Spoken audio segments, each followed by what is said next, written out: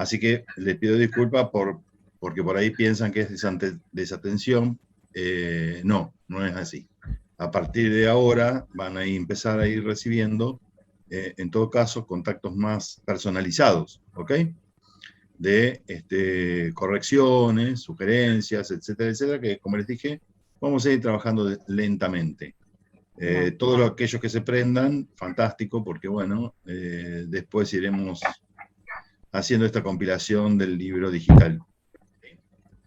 Marcelo, también leí tu trabajo, me refiero a Marcelo López, que no le he puesto, no te he escrito mucho más por esto que les decía, por falta de tiempo.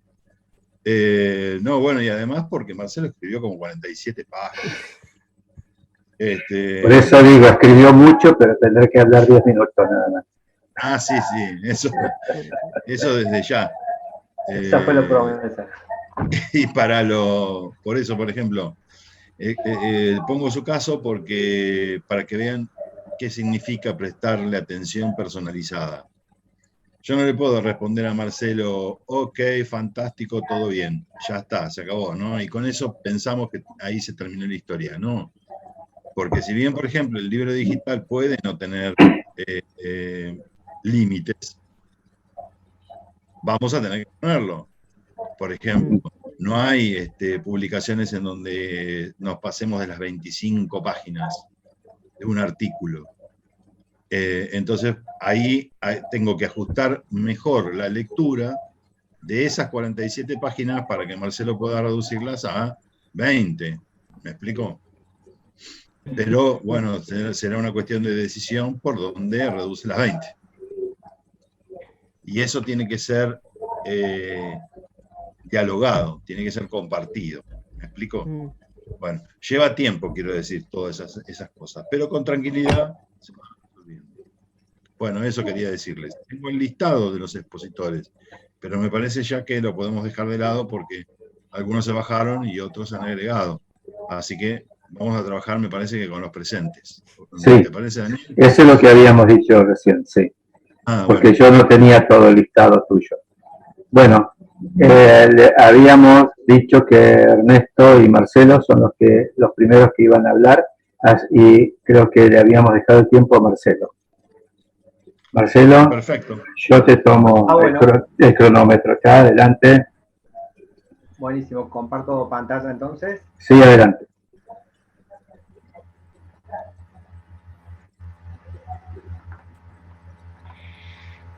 A ver si...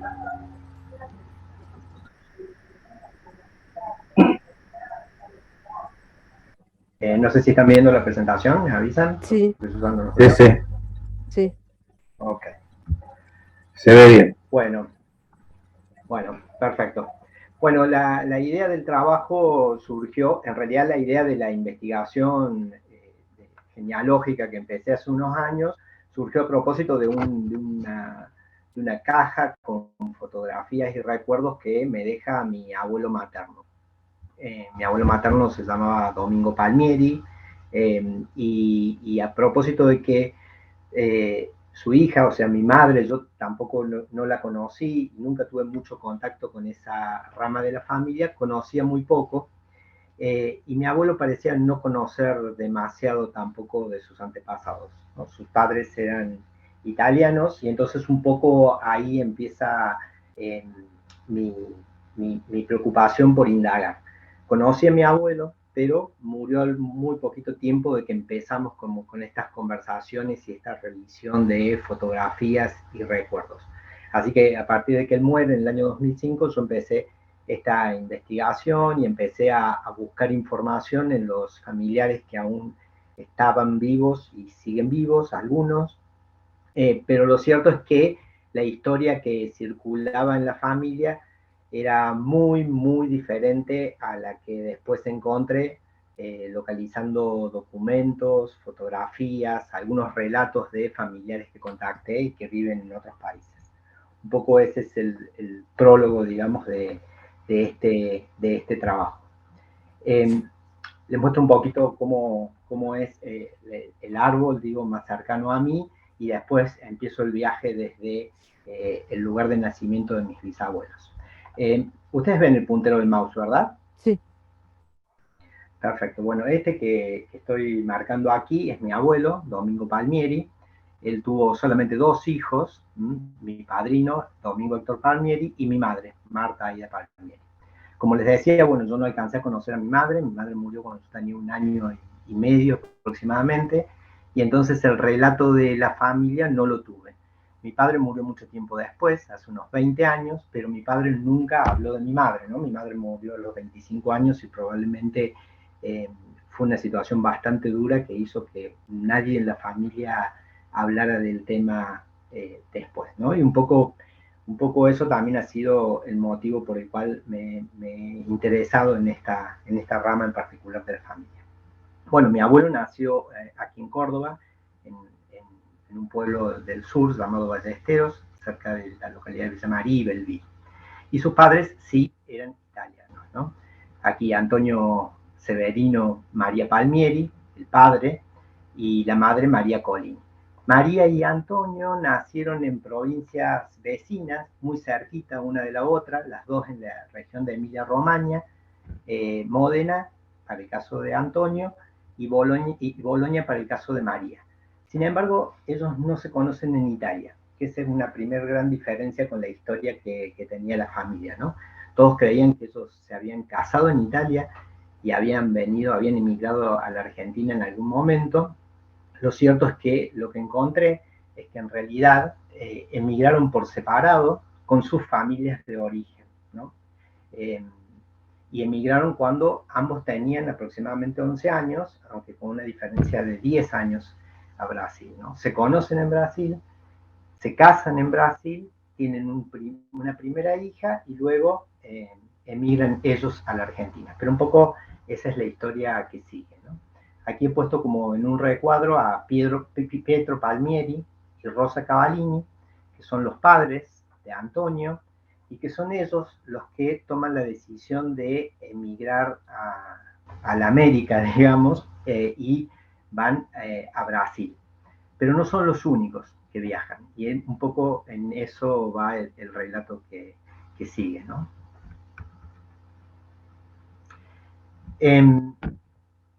Lo que fui encontrando, digamos, y localizando familiares en el lugar de origen, pude, en San Próspero particularmente, a través de redes sociales y un poco cuando ya conocí cuál era el lugar específico donde habían nacido mis bisabuelos, el padre de mi abuelo, Antonio Palmieri, esta localidad de San Próspero, por redes sociales localicé a unos familiares en San Próspero. Con tanta suerte la mía que uno de los integrantes de esa familia, que vendría a ser prima cuarta mía, también se preocupa por la investigación genealógica y eso ya tenía también parte de su árbol armado, así que cuando la contacté, simplemente vio mi árbol y se dio con que teníamos una rama común en ese árbol. Y también tuve suerte en el hecho de que justamente esa familia conserva la propiedad en la cual nació mi bisabuelo, y es un poco lo que les muestro aquí en estas fotografías, ¿no? Abajo a la izquierda hay una fotografía de esa propiedad para allá por el año 2016. Antes, había habido en el año 2002 un terremoto y había quedado inutilizada esa propiedad. Y bueno, arriba se ve una restauración que hicieron en el año 2017, una vista aérea que muestra que, bueno, es una casa de campo, ¿no? Un conjunto de edificios de campo rodeado por tierra, digamos, cultivable. En este caso, actualmente hay un cultivo de plantas de pera que la administra justamente uno de los descendientes. Esa casa tiene una característica muy particular, porque no es una casa de campo. Ustedes pueden observar que es una casa, un edificio grande de 2 pisos, como con muchas habitaciones. En realidad, el conjunto edilicio correspondía al dueño de esos campos, a una familia que era poseedora de la mayor parte de los terrenos de ese pueblo de San Próspero. Esa familia se llamaba Bulgarelli, y todos los Palmieris nacieron en ese conjunto edilicio. Digo todos los Palmieris entre el año 1800 aproximadamente al año 1950, ¿no? Varias generaciones de Palmieris nacieron allí, pero mi preocupación era, o mi interés, después que logré encontrar a estos familiares y empezamos a localizar algunas actas, era ver dónde estaba el origen, digamos, cuándo habían estado allí los primeros Palmieris. Gracias a que logramos acceder a los archivos parroquiales de la parroquia de San Próspero, he puesto una foto de la parroquia allí arriba, y una foto de los libros, ¿no? de las actas de nacimiento, de patrimonio y de defunción, logramos identificar algunas cuestiones, ¿no? Además de encontrar algunas cosas interesantes en las actas. Primero que, bueno, hubo varias generaciones allí de Palmieris en San Próspero. Antonio, que fue hijo de Pietro Palmieri, aquí lo voy siguiendo, y de Rosa Cavallini. Ellos son los que viajan, ¿no? a Brasil. El padre de Pietro, Francesco, el abuelo de Pietro, Luigi Palmieri, y el bisabuelo de Pietro, Camilo Palmieri. Allí encontramos que Camilo no nació en San Próspero, sino que nació en un pueblito cercano, igual un pueblo a 8 kilómetros de San Próspero, muy cercano, pero parecía ser que no se movilizaban demasiado. Y fue Camilo y Bartolomea Ferri, este matrimonio que está aquí arriba a la izquierda, quienes se mudan de ese pueblo cercano llamado Sorbara, de Bonporto, se mudan a San Próspero a principios de 1800 con 4 hijos ya adolescentes, ¿no? De alrededor de entre 15 y 20 años. Uno de esos hijos es Luigi, y con ellos se mudan a esa casa en San Próspero, que hasta el momento había sido el lugar donde habitaban los dueños de los campos, que se construyeron otra residencia, y esa pasó a ser residencia de quienes trabajaban para ellos en el campo, ¿no? Entonces, inicialmente, Camilo, Bartolomea y sus 4 hijos, incluyendo a Luigi Palmieri, se mudan a esa propiedad como parceros de los Bulgarelli. Y allí, digamos, comienza toda la historia, ¿no? Porque en esa casa viven los hijos con sus familias, y luego los nietos, los bisnietos, y la cuestión es que la casa parece que se empezó a poblar. Decía que no había sido construida como una casa de familia, sino que era un pabellón que los Bulgarelli tenían en ese conjunto edilicio, y que lo tenían como un pabellón de casa.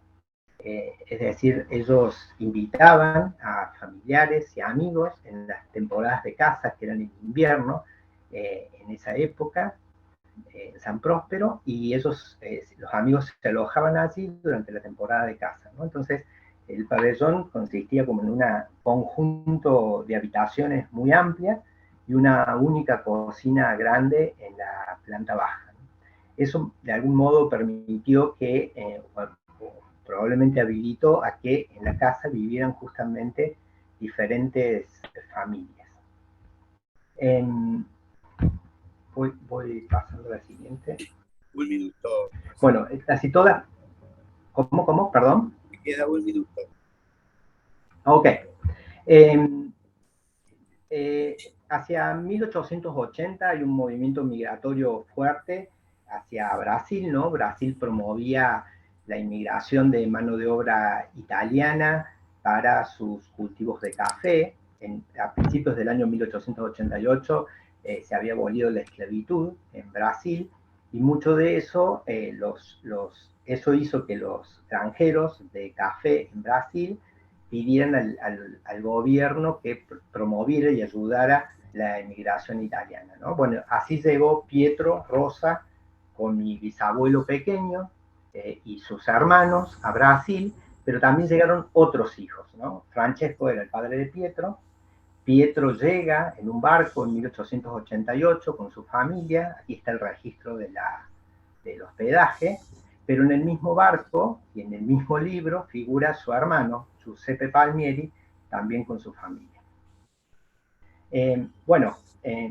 Allí en ese lugar se mueven por distintos poblados, supongo que movidos por el trabajo, y en uno de ellos coincide mi bisabuelo Antonio con María Colini, que había llegado también con su familia, pero en 1897. Ellos contraen matrimonio allí en una localidad llamada Catanduva y tienen a su primera hija, Virginia. Aquí está el acta original, digamos, de ese lugar de Brasil, Catanduva. Bueno, como decía, Giuseppe Palmieri también llegó y toda su familia se fue desarrollando en Brasil. Otro hermano de los dos, de Giuseppe y de Pietro, también llegó a Brasil entre 1888 y 1895 y su familia también se desarrolló allí. Y finalmente encontramos un primo también de Pietro Palmieri, que tiene una historia muy particular, porque llega a Brasil con 2 hijos nacidos en San Próspero, están un tiempo en Brasil corto, 2 años, vuelven a Italia, tienen otros 3 hijos, y al poco tiempo emigran nuevamente, pero esta vez a la Argentina, instalándose en la provincia de Santa Fe. Vuelvo entonces a mi bisabuelo, para cerrar. Antonio Severino María y María Colini, en algún momento deciden emigrar nuevamente a la Argentina.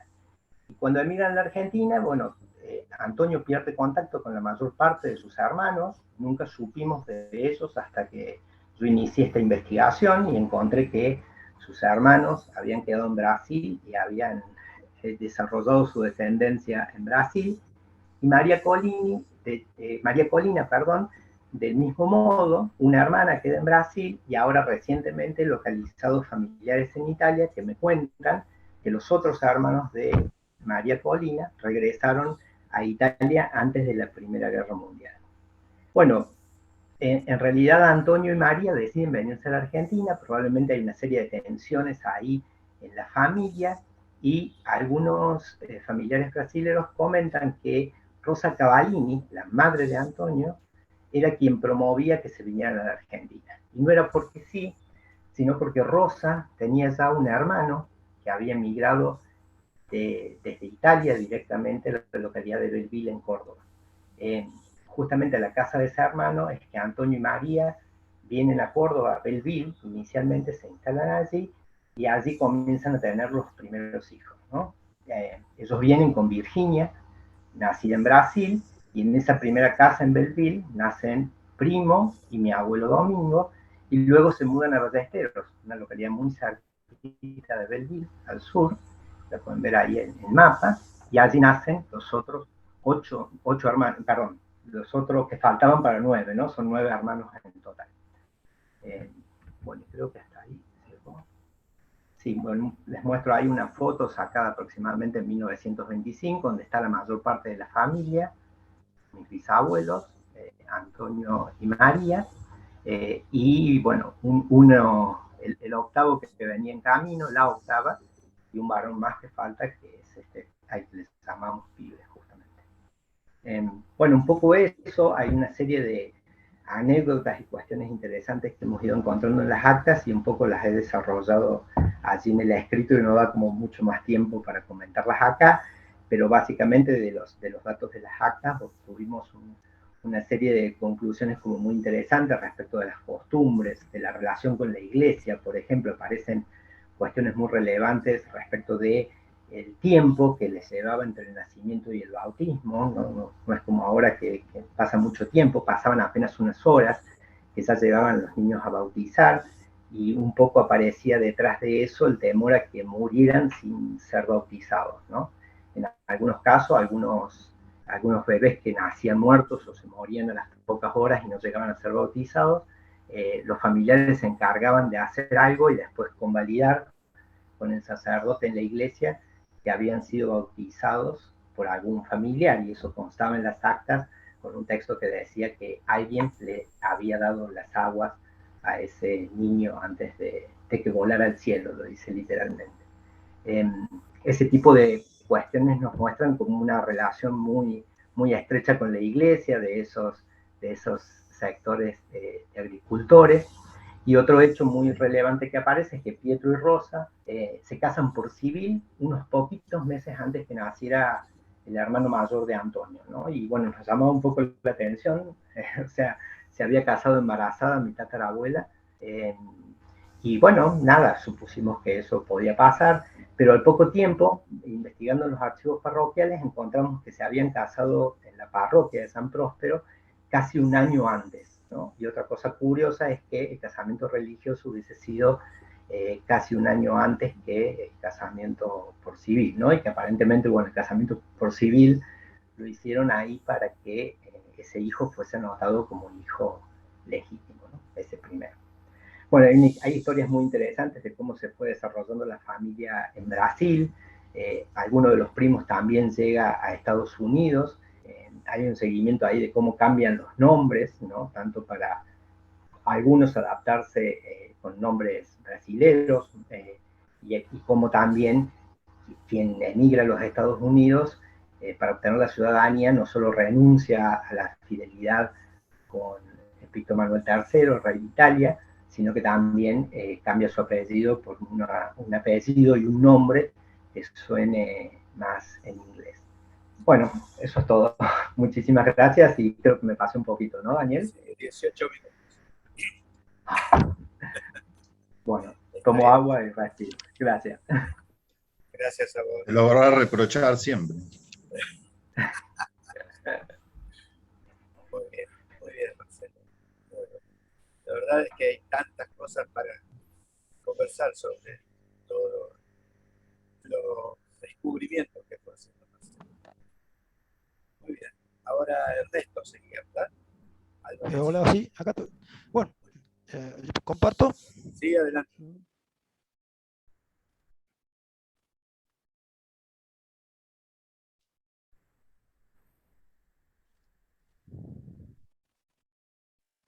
¿Se ve? Sí. Ahí, a ver si...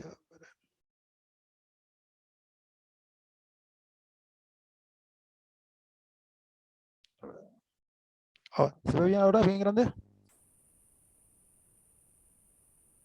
Sí, sí, perfecto. Perfecto, bueno, ahora Se ve arrancamos. bien. Bueno, esta es una investigación bastante corta y puntual sobre mi bisabuelo, don Felipe Álvarez, jerarca de los Álvarez de Bueño en Argentina. El objetivo de este trabajo era conocer el desarrollo de esta familia en Argentina y sus antecedentes en la península y comprobar la veracidad de la tradición oral sobre la continuidad del nombre Felipe a lo largo de las generaciones. Según una acta parroquial que he encontrado, don Felipe había nacido el 26 de abril de 1862 a las 11 de la mañana en la casa 315 del barrio de Quintianela. Ese mismo día fue bautizado en la parroquia de San Pedro de Ferrero, concejo de Ribera de Arriba, correspondiente a la provincia de Oviedo, Principado de Asturias, como hijo legítimo de José Álvarez y Antonia Suárez. Fue apadrinado por don Pascual Gutiérrez. Bueno, para hacerlo más corto, he resumido todos los datos que me da la partida, que es bastante completa. Don Felipe Álvarez, como dijimos, era hijo de José Álvarez, nacido hace 1818, y de Antonia Suárez, quien a su vez era hija de Felipe Suárez y de Teresa Menéndez.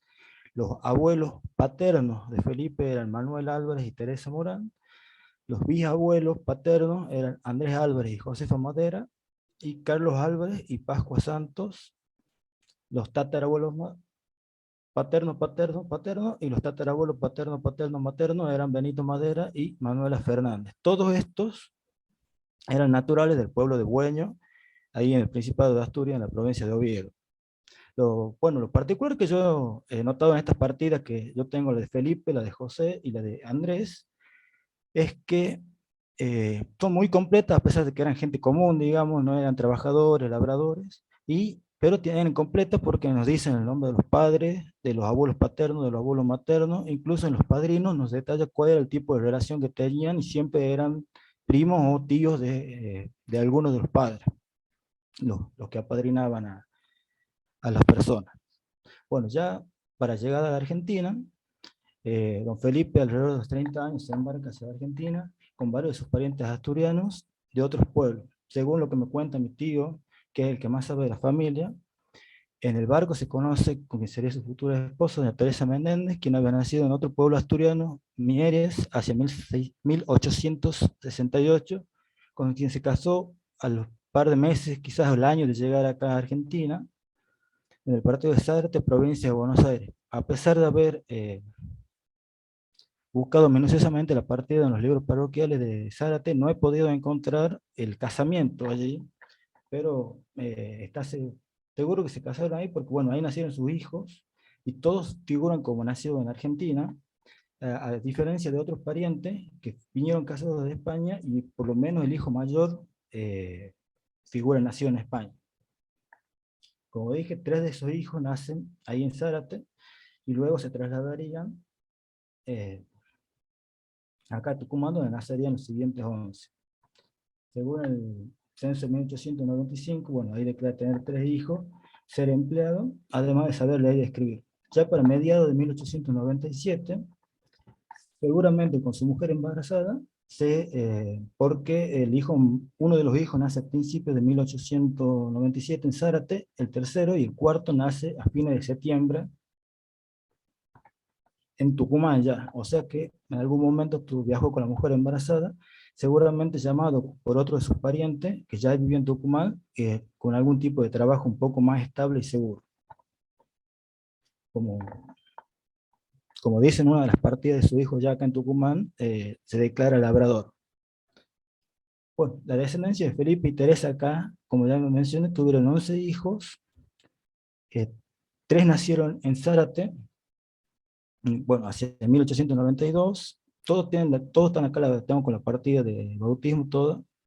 El padrino fue Belisario Fernández, y después acá se casó en 1908 en la Catedral de Tucumán con Domingo Demetrio Sumaeta, y tuvieron casualmente un hijo que le llamaron Felipe Álvarez. Siempre tenemos que anotar el nombre Felipe porque, bueno, es una de las tradiciones que tiene, que el objetivo que tenía el trabajo, averiguar si realmente se había transmitido este nombre a lo largo del tiempo.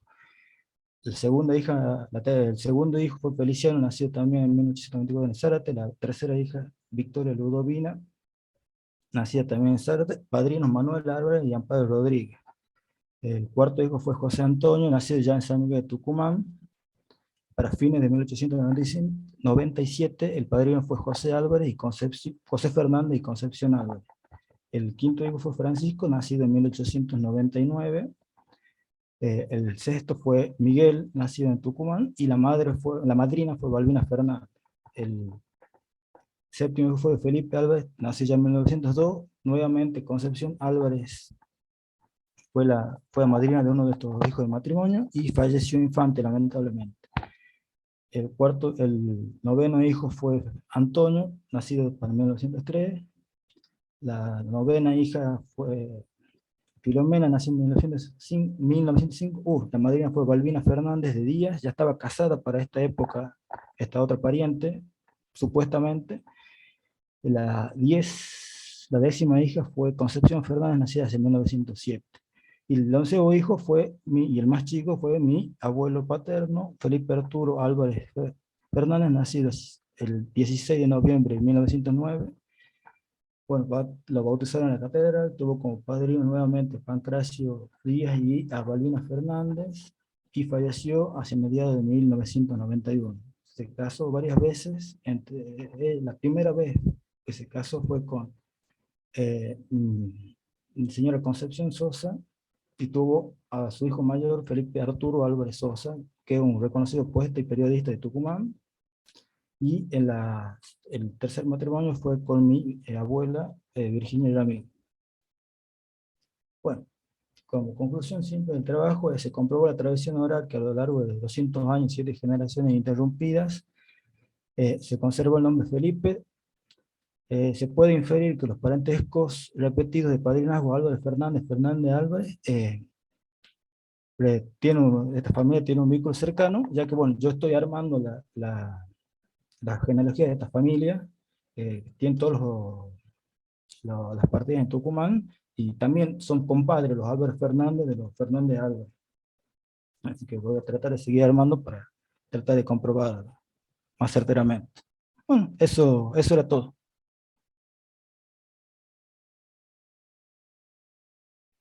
Bueno, excelente. Ernesto, has recuperado el tiempo que se nos había pasado hoy. Lo hiciste en 7 minutos. Muy bien. Y qué buena organización. ¿Salió la pantalla? Ernesto, Sí. vos sabés que vos dijiste que no habías encontrado una partida de casamiento, ¿puede ser, de Zárate? No la encontré, digamos. No la encontré, busqué en todos los libros, incluso en libros que no son de casamiento, entre 1890 y fines de 1890 y 1891 se tendrían que haber casado, pero bueno, no la encontré.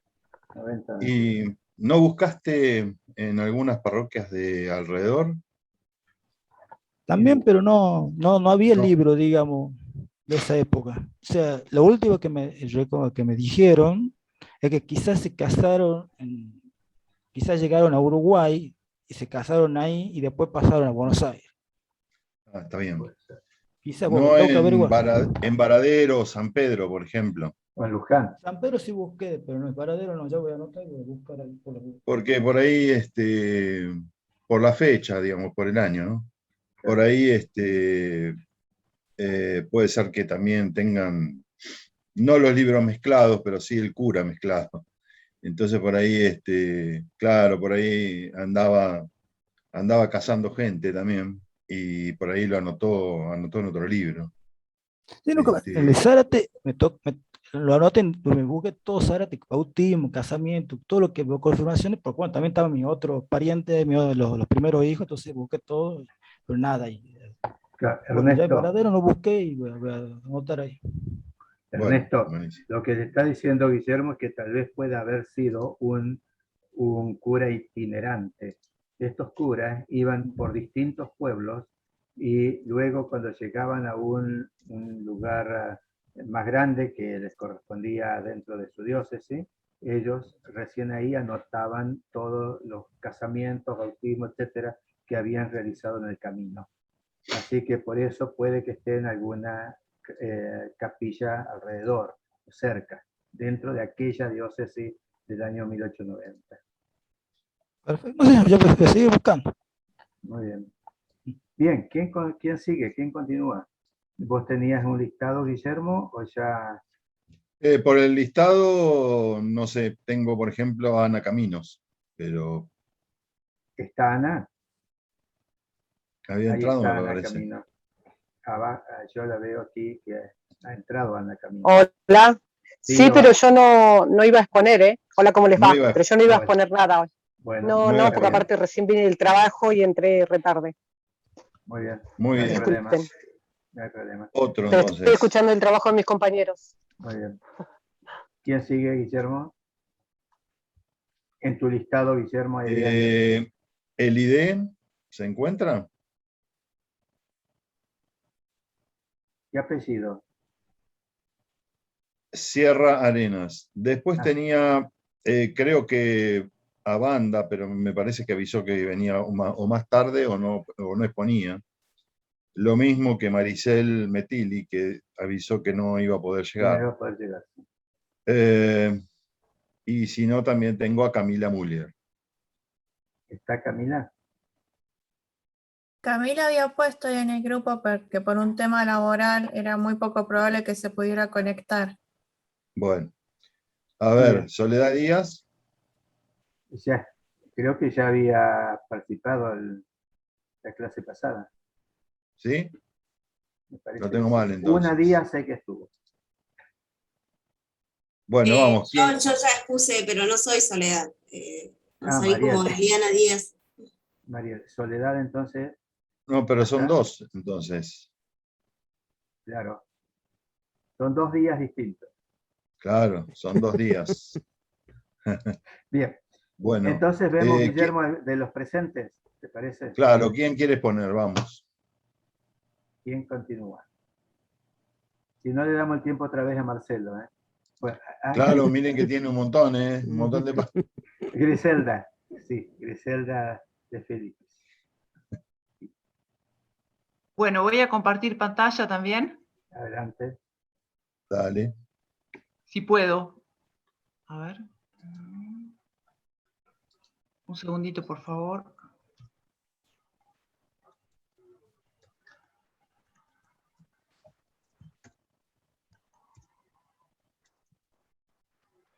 Ahora sí.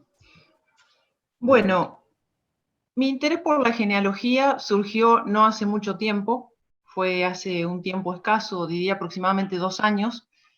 Bueno, fue a partir de que una persona llegada me pidiera si por favor no le podía hacer un favor de ir a buscar un acta de nacimiento al Registro Civil de Dolores, provincia de Buenos Aires, donde yo vivo. Bueno, fue así donde allí fui a buscar el acta de nacimiento, y bueno, entonces comenzaron las preguntas sobre mi propia genealogía, ¿no? Bueno, entonces recordé que en alguna oportunidad mi padre no había hablado mucho, no sabía de qué lugar exacto eran mis antepasados, pero yo recordaba que en alguna oportunidad mi hermano le había pedido compilar las actas porque quería hacer un trámite de ciudadanía italiana. Bueno, entonces fue que recordé que mi papá había mencionado de que en un certificado de defunción de mi bisabuelo decía un lugar en el margen superior izquierdo. El lugar no se entendía mucho, pero él decía que podía ser Belmonte, Belmarito. Bueno, lo primero que hice entonces fue ir a correr a buscar el acta entre los papeles de mi papá, que ya estaba fallecido, y efectivamente ahí estaba el lugar, que ustedes pueden ver acá, en la parte superior, un lugar prácticamente ininteligible en el certificado de defunción de mi bisabuelo, Giambattista de Filippis. Bueno, seguidamente lo que dije, tengo que ir y pedir el acta de defunción, a ver con qué otros datos me puedo encontrar. Bueno, seguidamente lo ven con mayor precisión. Acá dice, no se entiende bien si es Belmonte o Belmarito. Bueno, efectivamente,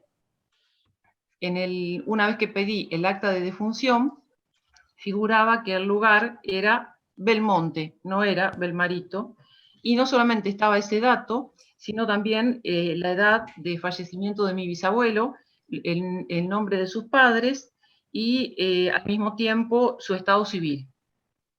Bueno, entonces con el buscador de internet fui rápidamente a tratar de buscar ese lugar, que ya no era Belmarito, sino que era Belmonte, y me encontré con la sorpresa de que Belmonte no había uno solo en Italia, sino que había 5 lugares diferentes que estaban en lugares que eran muy lejanos uno del otro. Bueno, entonces digo, no, de esa manera no va a ser posible encontrar el acta que estoy buscando, el lugar de nacimiento de Giambattista. Bueno, también recordé por parte de mi otro hermano, que actualmente también está fallecido, que había una página maravillosa que se llama Family Search, que había sido elaborada por los mormones y que contaba con la genealogía de muchas familias del mundo entero. Bueno, entonces fue allí donde también me dirigí a ver si podía recopilar algún dato, y para mi sorpresa encontré el acta de nacimiento de mi abuelo, Juan José de Filippis, en un lugar cercano que es a Dolores, que es Maipú. Pero bueno, no solamente encontré el acta de él, sino que también encontré el acta de nacimiento de algunos de sus hermanos nacidos en Argentina. Bueno, recopilé todas esas actas y allí me encontré con otras sorpresas más, ¿no? Que, bueno, no figuraba Belmonte, pero había otros lugares como Avelino y Campobasso. Entonces, bueno, yo pensé, ese Belmonte tiene que estar muy cerca de Avelino y de Campobasso. Este es el acta de nacimiento de Juan José de Filippis, mi abuelo, y ahí, si ustedes observan, también dice provincia o departamento de Avelino en la nación italiana. Bueno, buscando en el mapa, llego a la conclusión de que hay un Belmonte que tiene que ser, que es Belmonte del Saño, porque como Belmontes estaban Belmonte Calabro, que está en Cosenza, que es el más conocido, Belmonte Mesaño, que está en Palermo, Belmonte Castello, que está en Frosinone. Griselda. Sí, Griselda. Está bien. Disculpame un segundito, sí, que te interrumpa, pero no se está viendo lo que estás contando. Está la primera imagen nada más. Ahora estoy bajando, está donde dice Avelino. Sí, pero no se ve la imagen. No se ve la imagen. A ver. ¿Y ahora si bajo? ¿Esta se ve? No. No, pasa que cuando has compartido pantalla, has elegido compartir una ventana en particular, que no es la ventana donde tenés la presentación. Tendrías que descompartir y volver a compartir y ponerle compartir todo, o elegí la ventana en la que tenés la presentación. Sí, entonces comparto pantalla y después ¿cómo sigo?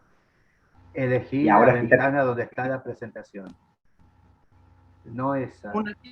Primero, no, vos estás poniendo archivo combinado para presentar, dice, ¿no es cierto? Tendrías que abrirlo primero. Bueno, ese tenés que abrirlo primero para después poder compartirlo.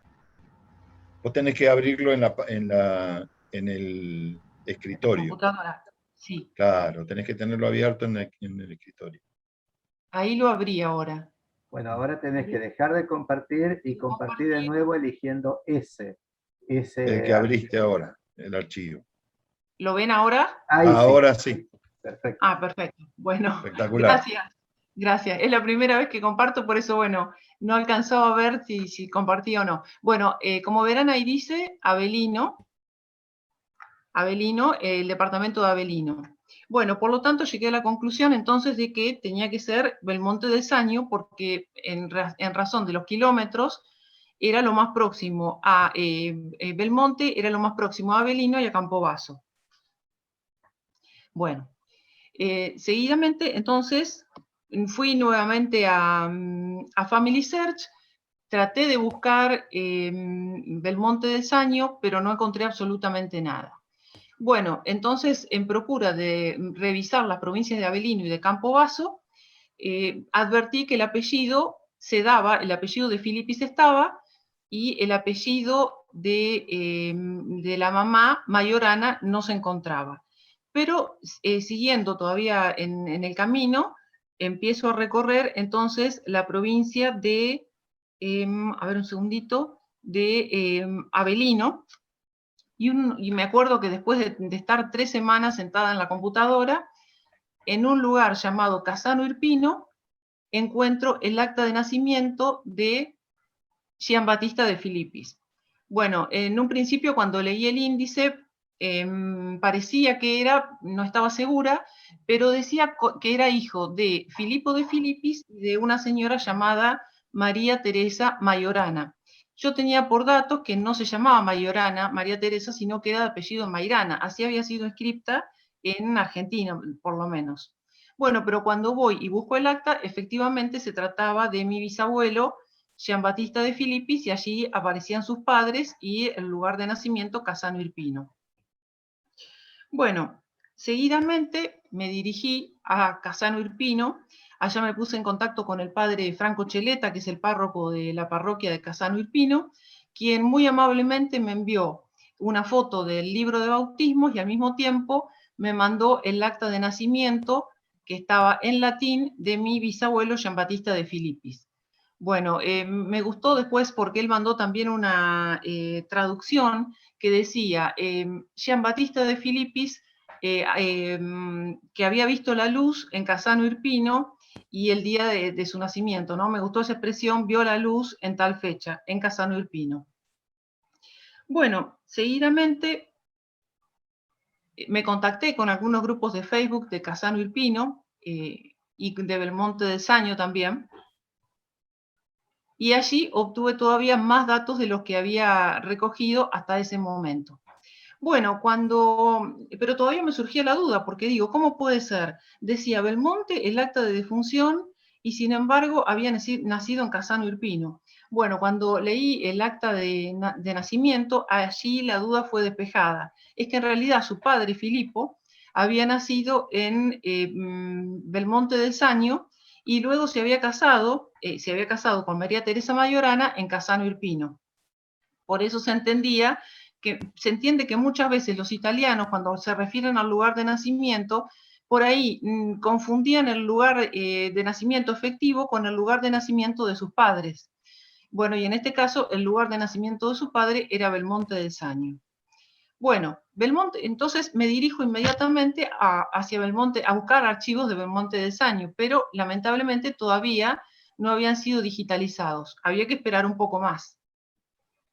Bueno, finalmente los archivos son digitalizados por la página Antenati y allí con sorpresa encuentro el acta de nacimiento de Cleonice Palumbo, que es la señora que viene a ser la esposa de mi bisabuelo Giambattista de Filipis, Y no solamente la encontré a ella, sino que encontré a mis tatarabuelos, a los hermanos de Cleonice, bueno, y a todos sus familiares.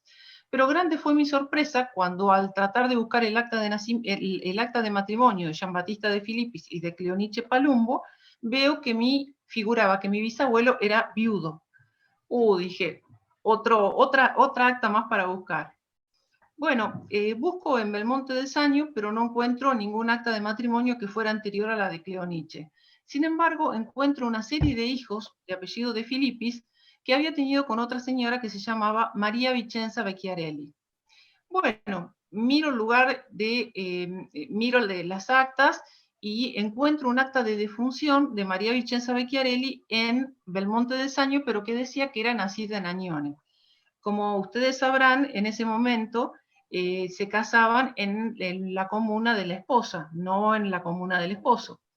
Por lo tanto, bueno, me dirijo a Añone y finalmente ahí encuentro el acta de su primer matrimonio con María Vicenza Vecchiarelli. Bueno, seguidamente me contacté con algunos grupos de Casano Irpino y con algunos grupos de Belmonte, como ya les dije, y en el caso de Añone también me relacioné con un grupo a través de Facebook de Añone, y allí me enviaron el árbol genealógico de María Vicenza Vecchiarelli, que es este que les muestro acá. Se ve que los Vecchiarelli son muchos en Añone, y donde figura aquí Giambattista de Filippis casado con Vicenza Vecchiarelli. Bueno, seguidamente, ya tratando de encontrar las actas en Argentina, me dirijo a buscar el acta de nacimiento, el acta de defunción de mi abuelo, Juan José de Filippis. Bueno, por suerte yo recordaba que mi papá había guardado una estampita, porque en esa época solían hacerse esas estampitas, ¿no? Cuando se producía el fallecimiento de una persona, y allí, mágicamente, estaba la fecha de fallecimiento de Juan José de Filippis, mi abuelo, el 3 de noviembre de 1930. Bueno, gracias a esa fecha pude recopilar su acta de defunción, y bueno, grande también fue mi sorpresa cuando en el acta de defunción veo que decía que mi abuelo se había casado en segundas nupcias y era viudo. Bueno, cuando leo los nombres, veo que se había casado con una señora que para mí era desconocida, que se llamaba de apellido Vitarella, María Rosaria Vitarella. Bueno, después seguía a encontrar todavía el acta de matrimonio de Juan José de Filippis con María del Rosario Vitarella. Fue así como acudí a los archivos parroquiales de Dolores y allí efectivamente encontré un acta de nacimiento de María del Rosario Vitarella, donde como nota marginal decía que se había casado en Dolores y la fecha. Así que bueno, ese fue el hallazgo del acta de matrimonio de mi abuelo Juan José con la segunda esposa, que vendría a ser María del Rosario Vitarella, porque su primera esposa era Felisa Vaca. Ya estás bueno, en tiempo. acá, sí, acá ya termino. Esta es la línea Majorana de Filippis, que la logré gracias a que hay una persona que es de apellido Majorana, que juega al fútbol en Inglaterra, y que precisamente, con quien precisamente compartimos la línea de María Teresa, que figura acá en su árbol genealógico, que se casó con María Teresa con Filipo de Filippis, que era mi tatarabuelo. Aquí aparecen. Bueno, otra de mis sorpresas fue que también cuando me contacté con el grupo de Belmonte del Saño, me enviaron una foto de un mármol que aparece allí, y bueno, aparecen mencionados los guerreros de 1860-1861 por la unificación italiana, y allí, con gran sorpresa, lo veo a Giovanni Battista de Filippis, que es mi bisabuelo.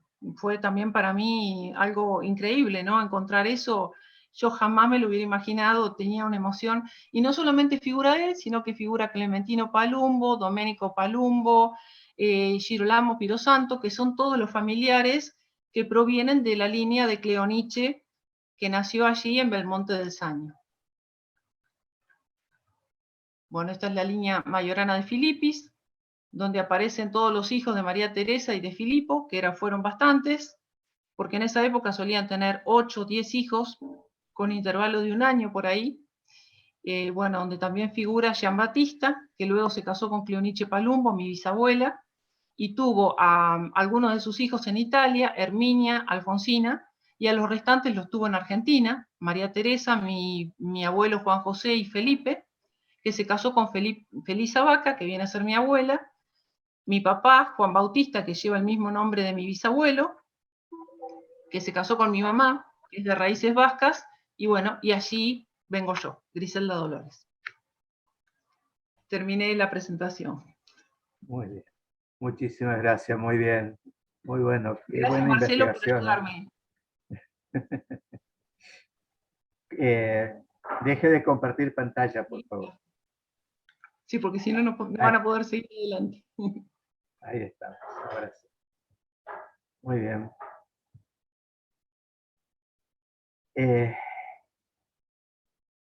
De Campobasso era mi suegra, así que me hiciste recordar un poco varias Son cosas. vecinos. Sí. No sé, Guillermo, si quiere decir algo, si no, continuamos, vemos quién puede. No, continuemos, muy bien. No sé Bien. quién está para exponer. ¿Están de los libres? presentes. ¿Quién quiere seguir? No sé si me invitan a mí a hacerlo. ¿Quién ¿Sí? es? ¿Quién me dice? Moramay. ¿Sí? Ok. Pues,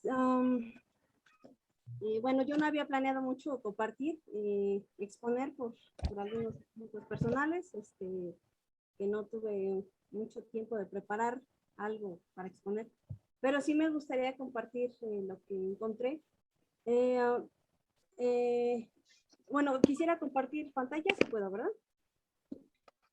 Sí, se puede.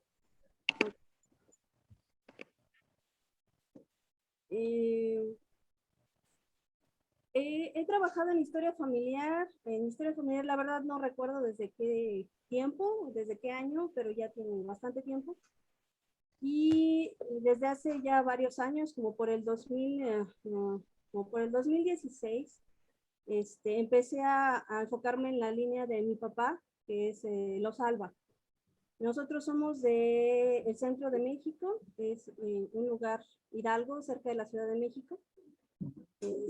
Y bueno, empecé a buscar sobre esta familia de Los Alba y encontré que hasta mediados del siglo XVIII, hasta donde he encontrado, toda la línea de Los Alba son del mismo pueblo. Es un pueblo muy, muy pequeño, en Hidalgo. Hasta la fecha es todavía muy pequeño, entonces en esta época era muchísimo más pequeño. Y me sorprendió mucho el encontrar esto de que todos ellos siguen siendo de ahí, de Los Alba. Pero hubo una cosa que me llamó mucho la atención en estos años, que he ido muchas veces al Panteón ahí, porque mis papás, ambos son del mismo pueblo, y pues yo crecí ahí prácticamente, ¿no? Y cada vez que iba al Panteón me encontraba muy pocos Alba, o sea, las tumbas, las lápidas con apellidos Alba. Y yo pensaba, pues tienen más de 200 años en este pueblo y cómo es que hay tan pocos. Y los que yo encontré, pues todos eran de la línea de mi papá, o sea, eran familiares que yo conocía o que yo sabía quiénes eran exactamente. Entonces eso me llamó mucho la atención. Y haciendo mi investigación encontré que mi papá conoció a su abuelo, pero nunca lo mencionaba. Hablaba muy poco, más bien, nunca me habló de él, o sea, de algo sobre él. Entonces, ese tipo de detalles me llamaban la atención, como por qué, ¿no? Y bueno, pasaron todos estos años. Yo había encontrado ya la línea de Los Alba, no trabajé mucho en eso, ya no le hice mucho caso. Hasta hace unas semanas, no sé si ustedes se enteraron, que Family Search publicó que habían terminado de digitalizar todos sus microfilms. Entonces me puse a ver qué había de nuevo. Yo había estado buscando las partidas de defunción de este pueblo, porque tengo muchos familiares ahí, y hasta hace algunas semanas las actas de defunción terminaban en 1966, no había más recientes. Entonces volví a entrar hace unos días y encontré que estaban publicadas hasta el 2003. Entonces me puse a buscar esta acta de él, en especial, se llama José María, él era mi bisabuelo, y encontré su acta de defunción en el mismo libro que uno de sus hijos, que se llamaba Telésforo. Este Telésforo yo lo tenía ya registrado en el árbol, y al revisar su acta encontré algo que no tenía en mi árbol, que él no era hijo de mi bisabuela.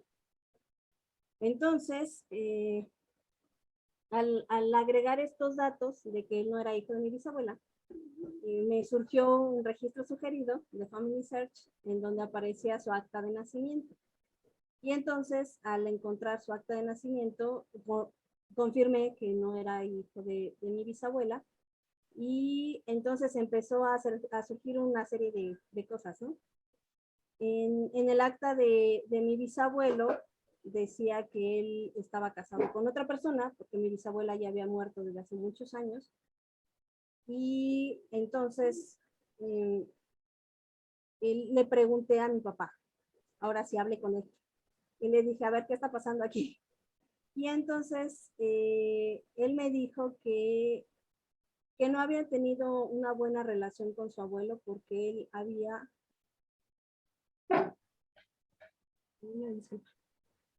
Él había abandonado a su familia. Entonces, yo encontré un José María que vivía en otro lugar con otra familia, y pues corroboré que era él mismo, José María Alba. En esta otra familia tuvieron varios hijos ellos, y entre ellos estaba Telésforo, el único tío que mi papá conoció, porque haciendo más investigación, todos estos hijos que yo encontré murieron siendo pequeños, algunos de 9 meses, o el mayor, bueno, el que murió más grande murió de 9 años, pero todos, que fueron 5, murieron siendo pequeños. Y entre ellos hubo unos gemelos.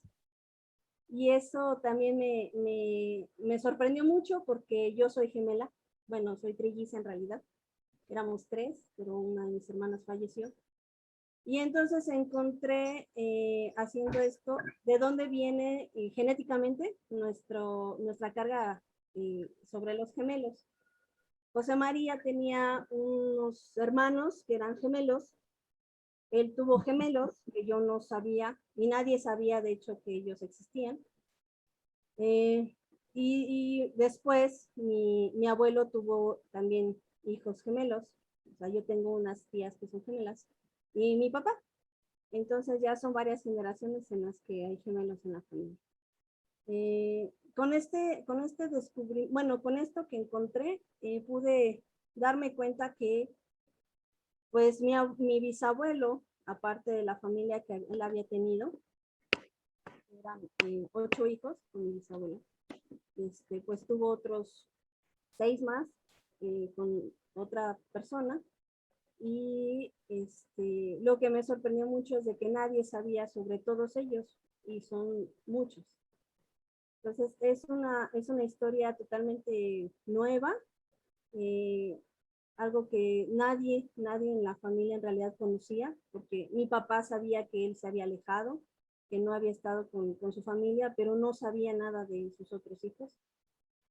Fue algo que me sorprendió mucho porque se supone que todo esto ya estaba investigado, se podría decir, ya estaba listo, ya no había mucho que encontrar.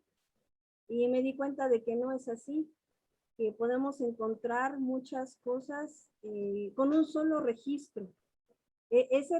Todo esto que yo encontré sobre la familia de mi bisabuelo fue solamente a partir de un registro de defunción que se encontró todo esto, ¿no?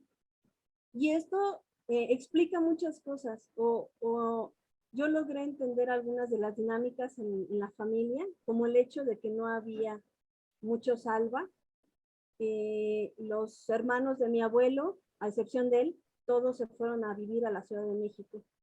Y por lo que entiendo, por algunos comentarios de la familia, creo que fue porque para alejarse de su papá, de la relación que había o de lo que había sucedido. Entonces todos se fueron a la Ciudad de México y se alejaron.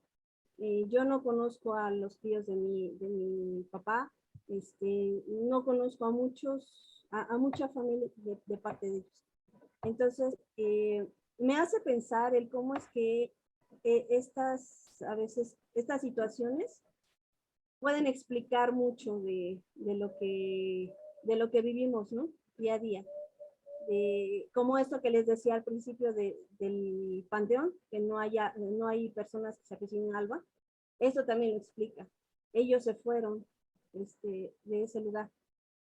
Entonces, estas dinámicas, como el que mi papá tampoco haya tenido mucha relación con su abuelo, bueno, ahora entiendo por qué, ¿no? Y esto a mí en lo personal es muy significativo porque llego a entender el porqué de algunas cosas y sé la razón, y eso también me ayuda a entender un poco pues los comportamientos y algunas situaciones en la familia, ¿no? Y eso a mí, por lo menos a mí en lo personal, sí es como un poco de lo mucho que la historia familiar me da, que he aprendido, porque es muy personal. Yo creo que todos lo han visto, ¿no? Todos lo han vivido, que es algo muy personal que llegamos nosotros a interiorizarlo mucho. Y bueno, esto es todo de mi parte. Muchas gracias. Gracias a usted, excelente investigación. Bárbaro. La verdad es que hay un gen dominante allí, un gen de los que les va a dar siempre gemelos o mellizos, ¿no? Aquí en Tucumán hay una ciudad que se le dice la ciudad de los mellizos, a donde la mayoría de la gente son mellizos o gemelos. Creo que por ahí estaba Álvarez, que era de Tucumán, él tal vez nos podría contar de eso. Pero es interesante porque hacen la fiesta de los gemelos, que es el día 17 el 10 de julio, 10 u 11 de julio. Tal vez ustedes podrían hacer allí en México la fiesta de los gemelos. Yo recientemente, acá sí, hay los políticos que llaman los mellizos orellanos, pero son los únicos mellizos que conozco. Mi papá ya donde hacen la fiesta de la empanada, pero no sabía que había la fiesta de los mellizos. Sí, sí, sí. Estuve ahí en el 16, en el 2016. ¿Pero qué ciudad? Es grande Tucumán. Claro, porque yo acá salí los mellizos. De Tucumán. Los mellizos más famosos son los orellanos, estos que son de Fama, pero después no sabía que había una ciudad llena de mellizos. Puede que sea ese. Puede que sea pero ese. Es porque son los mellizos orellanos son los políticos de ahí, son los intendentes, legisladores, se turnan ahí, pues no. Exactamente, sí. Y no sabía que era porque era la ciudad donde más mellizos había. Exactamente, sí. Hay una estadística muy interesante sobre los mellizos allí en esa ciudad. Faimalia creo que sí.